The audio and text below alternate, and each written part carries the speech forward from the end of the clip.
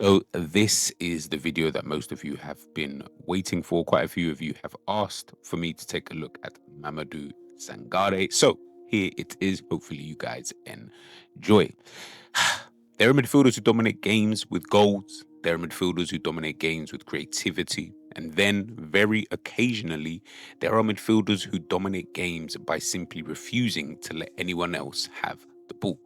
Mamadou Sangaré, 86 tackles this season, 40 interceptions, 207 ball recoveries. He is the highest rated player on FotMob rating in League 1. That's ahead of Kvaratskhelia, Ousmane Dembele, Hakimi, Nuno Mendes, all of those type of players.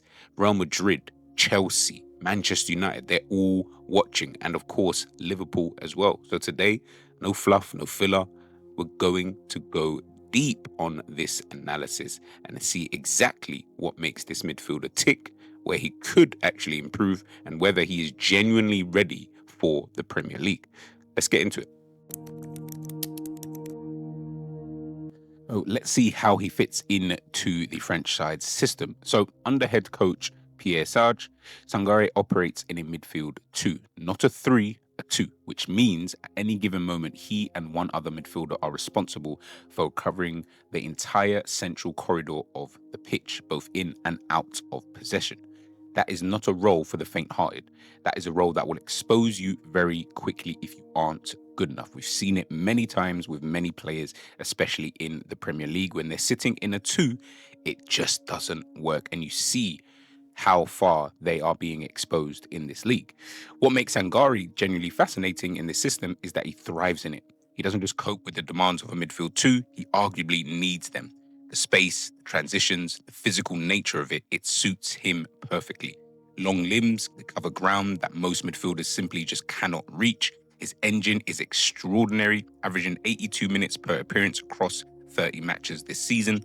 When he's on the pitch, he's on the pitch every single minute. So let's go on to his strengths. This is the fun part. As I mentioned before, 86 tackles this season, 40 interceptions, 207 ball recoveries. Now, those are just the raw numbers, but what the numbers don't tell you is how he wins the ball. And I feel like that is quite important because it's not just about the numbers on a data sheet, it's how he's actually doing it. We need a little bit more context. He times his challenges beautifully, reading the body shape of the opponent. He waits for the moment the touch is slightly too heavy and then striking with precision. There's a craftsman to quality to it. He doesn't throw himself in hoping for the best. He knows he's going to win it before he commits.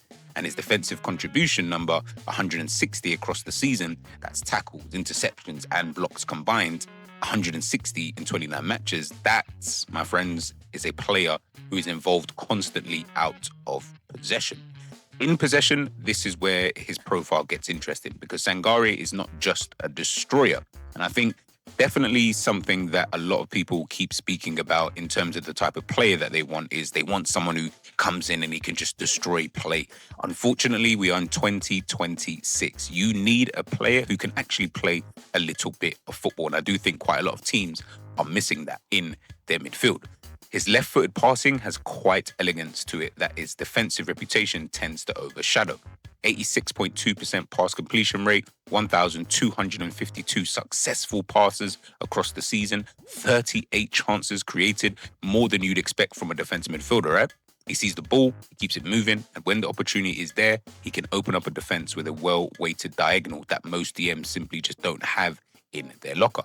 If you go back to his AFCON performances this season, he showed the other side of the coin entirely. Deployed in a more advanced role for Mali, he was arguably their most influential player. Think about, if you guys remember, Seydou Keita used to play for Barcelona, someone who could obviously play in that kind of DM position, central midfield position for Barcelona, but for Mali, he had a bit more license, he had a bit more authority.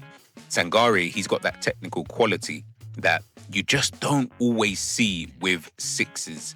If we're talking about today's day and age, someone who can destroy but also play football. Usually it's one or the other. Usually there's someone who's really brilliant at playing football, but they're not really good on that defensive end. But he can do both. I'll definitely give him that. And lastly, it's his engine. His engine, as I mentioned before, is absolutely crazy. He plays the vast majority of his matches full 90 minutes. He covers the kind of ground in a midfield two that most clubs need. 3 players to cover. His long stride eats up distance deceptively quickly. It looks like he's jogging and suddenly he's just there at the ball between 2 defenders, winning a duel nobody expected him to reach. 190 total duels won at 56% success rate, 31 aerial duels won. For a player who's not the tallest, that aerial number tells you everything about his timing and his want to complete. This is the full set player. Now, I'm not going to use the word complete, but he's getting there. He's definitely getting there.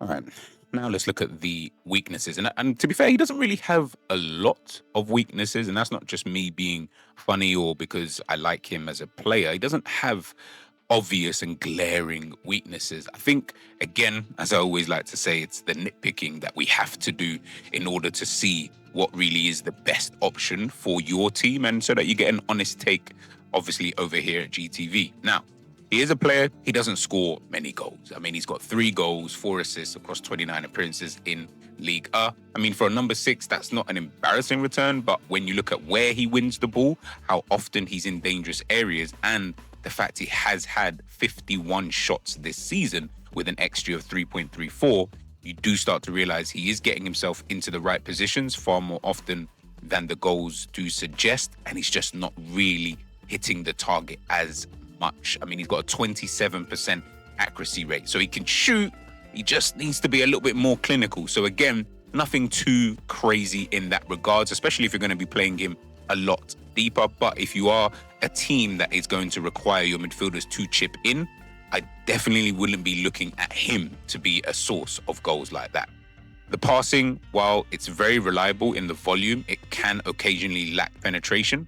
His crossing numbers are modest, but again, do you really care about that? He's only had 1 successful cross all season, and he's only had 7 attempts. And I mean, he is a player who gets into wide areas and advanced positions quite regularly.